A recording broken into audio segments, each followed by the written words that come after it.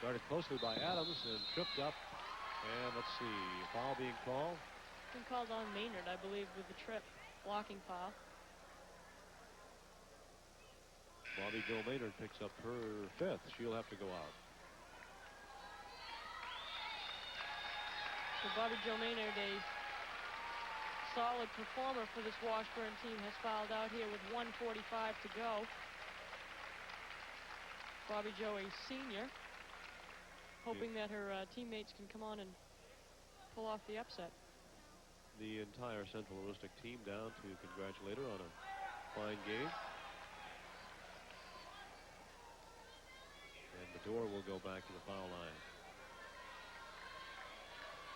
Bedore at 5'9" is a good ball handler and can come out and help her team break the press. Rebound is tied up. And the arrow points to the Central Aroostook basket. So with 1:44, the Panthers get it back. Bradstreet into Bedore. Knocked out of bounds by Duty. Knocked back into Sincerbo, who puts it up off. And Bedore is fouled again. By Adams this time. Adams trying to go for the block. Got Bedore on the arm. Again, offensive rebounds.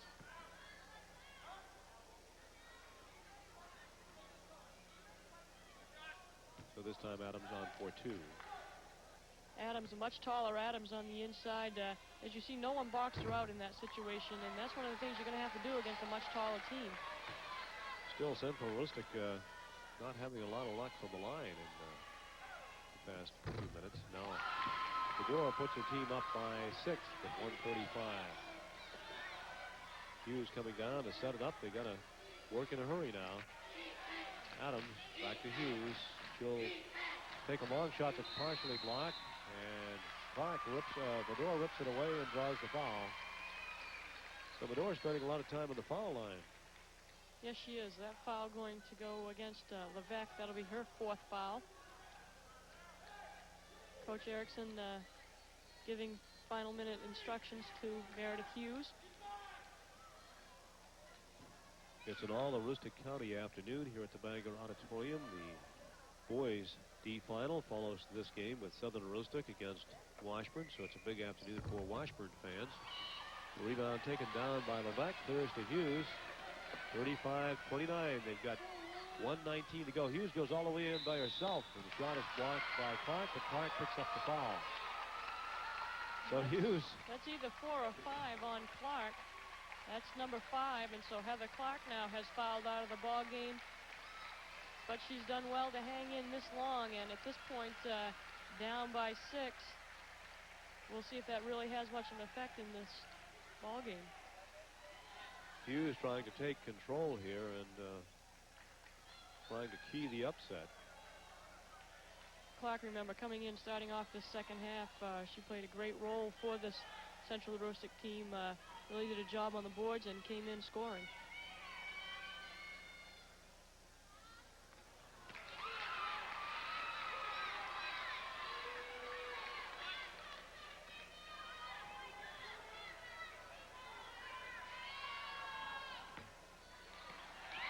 Tough luck as Hughes misses both. Folsom with it. 1:08.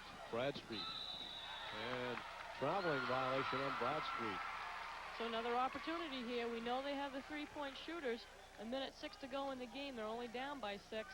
Still plenty of time if they can free up some shooters. Adams off the rim. Rebounds Sincerbo. And she's fouled. Fouled by Duty, I believe. So Sincerbo now with her chance to go on the line. Now they've had the opportunity, but as you said, they've gone cold from the line right now, Keith. And again, it makes those first half foul shots look very important. Sincerbo with the rebound. Again, just see the Washburn girls just swarming all over, trying to get the ball back. And Duty gets her arm caught in there. Picks up her 2nd foul. Central Aroostook has had a number of chances to really nail down the victory in the past few minutes here. Keep missing the foul shots, and now they miss another one. Levesque comes away with it. Still time, 50 seconds. 35-29, and now a foul on Bedore.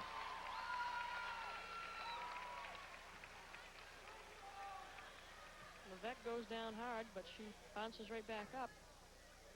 Again, talking with Coach Erickson before the game, Keith, it wasn't so much that the girls were concerned about losing, but his seniors especially. They've had such a great experience in the basketball program. They just don't want their season to end, and unfortunately a loss at this point means they don't play basketball anymore unless they, go on to another program. But that's the big thing, and that's a credit to your program. The kids are having that much fun. They just don't want it to end. Well, Washburn now having as much trouble on the line as Central Aroostook. Hughes was down there missing 2, and now they miss again. Levesque missing, and we're coming the other way because of a foul being called this time on Holly Adams. That's Holly Adams' third, and the door, who's been on the line probably as much as anybody in this ball game, is back there for 1 and 1.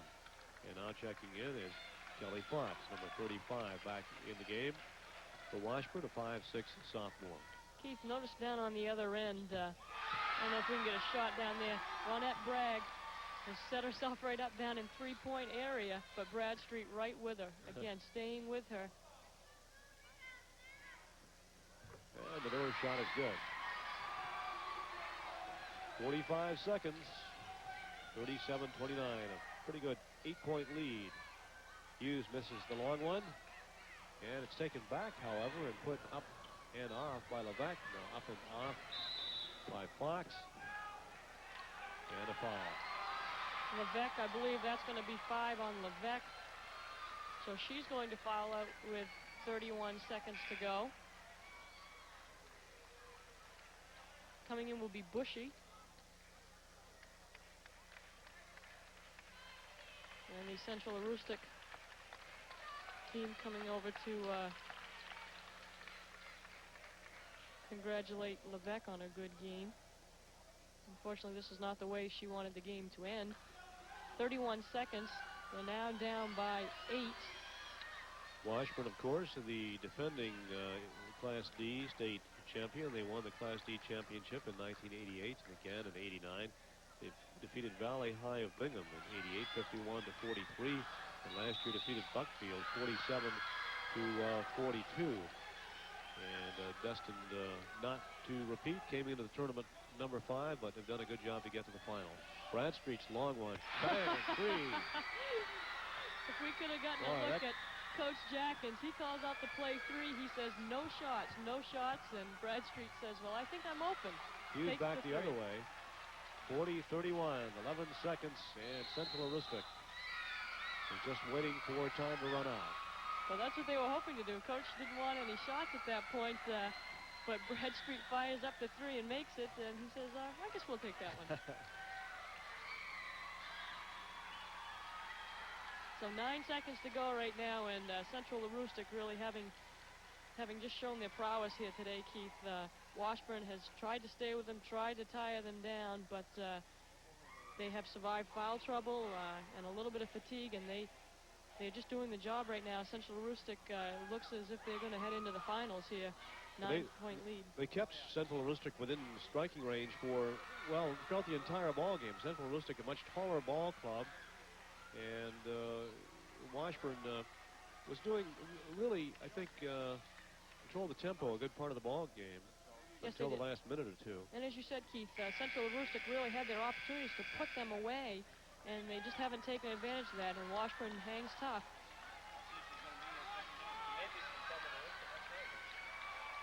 Nine seconds as the freshman Story Shaw goes on the line, and Central Aroostook would it's all over, but 9 seconds in this one, and they just want to let the clock wind down. Hughes. Long one is up by Fox. Fox got a bound by Washburn. 1 second to go on the clock, and Central Aroostook girls up. Now they have to sit back down, and you sense the excitement over there. That's it.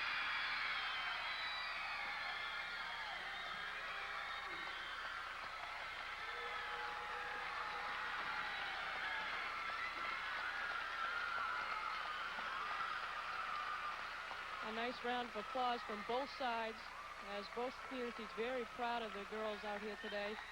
Again, the Washburn coach, Ron Erickson, over talking with his girls.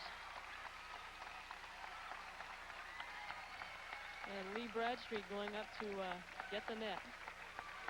On the other end, Sinsabo and Medor.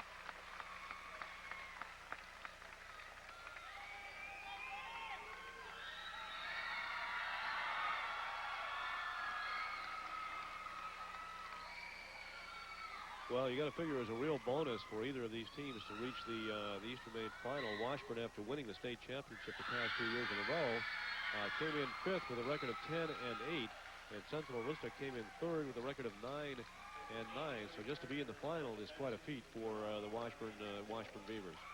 And as you mentioned, Washburn lost a lot of players off their championship team last year, and to find themselves back in the finals again is a good credit to that team.